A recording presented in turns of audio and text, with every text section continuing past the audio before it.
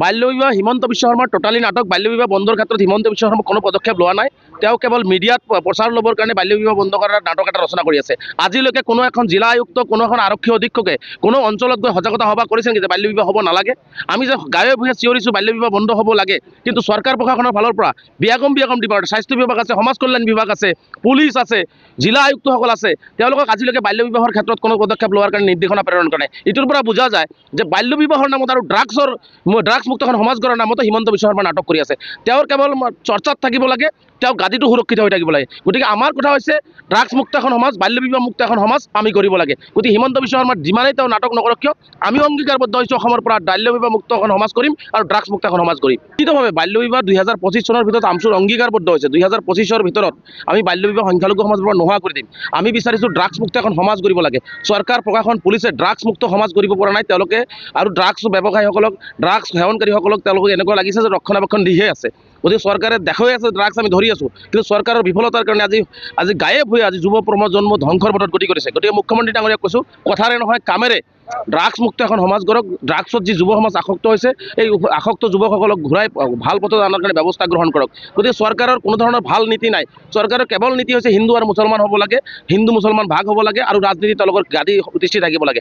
আৰু হিমন্ত বিশ্ব শৰ্মা ডাঙৰীয়াক স্পষ্টভাৱে সকীয়াইছোঁ যে মানুহৰ উন্নয়নৰ ৰাজনীতি কৰক, শিক্ষাৰ ৰাজনীতি কৰক, মানে মানুহক আগুৱাই লৈ ৰাজনীতি, সমন্বয়ৰ ৰাজনীতি কৰক, ঘৃণাৰ ৰাজনীতি নকৰিব। আৰু সংখ্যালঘু ৰাইজক নিক্ষেপ কৰাৰ ষড়যন্ত্ৰ কৰি সংখ্যালঘুক নিক্ষেপ কৰাৰ যি মানে ৰাজনীতি আপুনি আৰম্ভ কৰিছে, এইটো বন্ধ নকৰিলে ইয়াৰ পৰিণাম হিমন্ত বিশ্ব শৰ্মা ডাঙৰীয়াই ভুগিব লাগিব স্পষ্ট। সভাপতি দায়িত্বমুক্ত অসমৰ সংখ্যালঘু ৰাইজ, আমচুৰ প্ৰতিনিধিবৰ্গক আমচুৰ প্ৰাক্তন সন্মানীয় বিষয়াসকলে অৰ্পণ কৰিছে। তাৰ বাবে মই সকলোৰে ওচৰত চিৰকৃতজ্ঞ। আৰু মোৰ ওপৰত আৰু এটা গুৰু দায়িত্ব বহন কৰিছে, যিহেতুকে মই 2টা টাৰ্মছ কাম কৰিছোঁ আৰু ৰাইজে এটা আস্থা ৰাখিছে।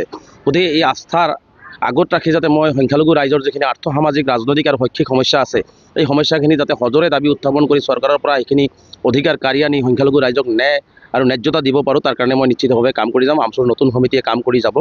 চাওক, এতিয়া মই আমচুৰ সভাপতিৰ দায়িত্ব অৰ্পণ কৰিছে মোক। মই আমচুৰ সভাপতি হিচাপে আছোঁ আৰু মোৰ মূল লক্ষ্য হৈছে সংখ্যালঘু জাতিটোক মই কেনেকৈ আগুৱাই লৈ যাব পাৰোঁ, সংখ্যালঘু জাতিটোক কেনেকৈ উত্তৰণ আগত লৈ যাব পাৰোঁ, সংখ্যালঘু জাতিটোক বিভিন্ন সমস্যাৰ পৰা মুক্ত কৰিব পাৰোঁ, যি চৰকাৰৰ যি দমননীতিৰ পৰা কেনেকৈ উদ্ধাৰ কৰিব পাৰোঁ, এইটোৱে মোৰ লক্ষ্য। আৰু সংখ্যালঘু সমাজৰ ছাত্ৰ ছাত্ৰীসকলক কেনেকৈ শৈক্ষিক দিশত আগুৱাই লৈ গৈ যাতে তেওঁলোকৰ অধিকাৰখিনি নিজে আনিব পাৰে, তাৰ কাৰণে কেনেকৈ আগবঢ়াই যাব লাগে, ড্ৰাগছ মুক্ত এখন সমাজ কেনেকৈ কৰিব লাগে, ইয়াৰ ওপৰত মই চিন্তা কৰি আছোঁ। বাকী চিন্তা কৰা নাই, সময়ে সিদ্ধান্ত ল'ম। কিন্তু আমাৰ লক্ষ্য হৈছে শংকৰদেৱ গুৰুজনা, মাধৱদেৱ গুৰুজনা, আজান ফকীৰ গুৰুজনাই গঢ়ি যোৱা সমন্বয়ৰ অসমখন আমি ধৰি ৰাখিব লাগে। হিমন্ত বিশ্ব শৰ্মা যিমানেই ঘৃণা সৃষ্টি কৰিব, সিমানেই আমি মৰম আৰু সমন্বয় সৃষ্টি কৰি আমি অসমখন আগুৱাই লৈ যাব লাগে। কাৰণ আমি অসমৰ ক্ষুদ্ৰ সকলো জাতি জনগোষ্ঠী মিলি এটা বৃহত্তৰ অসমীয়া জাতি।